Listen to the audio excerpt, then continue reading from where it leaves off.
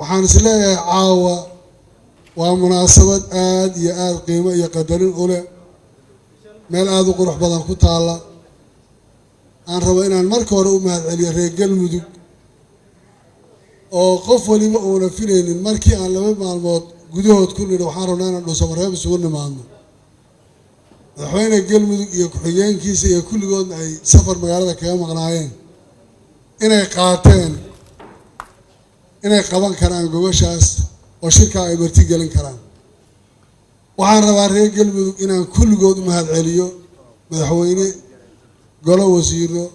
baarlamaan iyo shacabba sida isxilqaan kale ee ay ku jirto dadnimadii lagu yaqaanay waayahan ka qasnayd ay dib ula soo noqdeen dadaalka ay muujiyeen iyo sida ay arrintaa u sameeyeen waxaan rabaa inaan aad iyo aad idinka mahadceliyo waxaa abaalmarin ah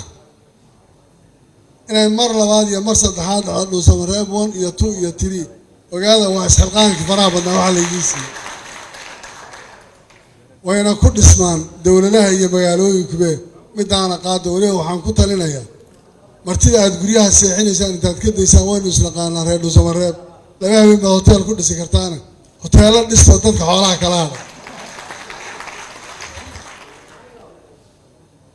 intaa ka bacdi waxaan rabaa inaan u mahadceliyo madaxweynaha jamhuuriyadda federaalka Soomaaliya oo isagu sabab u ah sida saaxiibaday sheegeen inuu shirkani noocan ugu qaybsamo in fact dulqaad iyo hogaamin uu muujiyeen ay ahayd in halkaan la isugu yimaado shirkan uu ku qabsamo madaxweyne waxaan ku leeyahay aad baad u mahadsantahay adiga ra'iisul wasaaraha iyo saaxiibada kale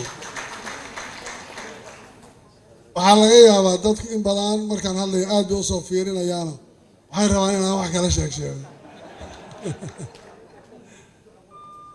waxaa la gacan geel jiray hoosa loo dhaqo hoos baan wax u dhaqnay marka waxaana weynoo hagaagsantahay insha Allah taana sidaa loo qaato waayo haddii ta guud ay hagaagto waxaad ogaataa wax kastoo gaargaari meesha uu ka baxaya marka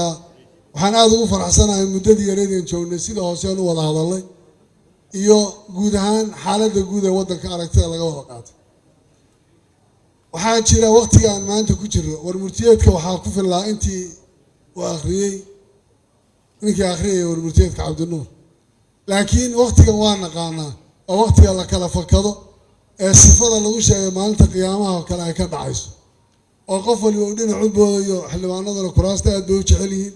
meeshuu geli war looma yaqaano isdaba orod baa jira waa marka warka dadka beenta loo kala qaado waxaan ku raacsanahay saaxiibkay Siciid waraan bahasha ka wada shaqayno oo soo wada dhaweyno oo isla wada wadno oo aan garanno waddanka aan ku noolahay midka uu yahay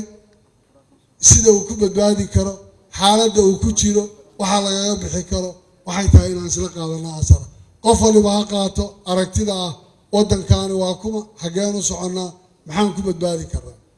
labada qof ka ugu yar haddaad isxumaataysataan dhibaatadu way soconaysaa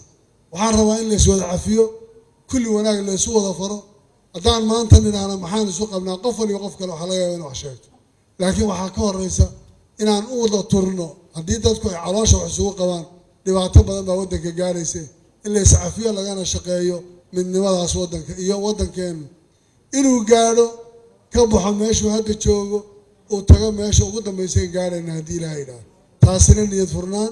isa saamixid iyo caloolfayoobi bay ku iman karaysaa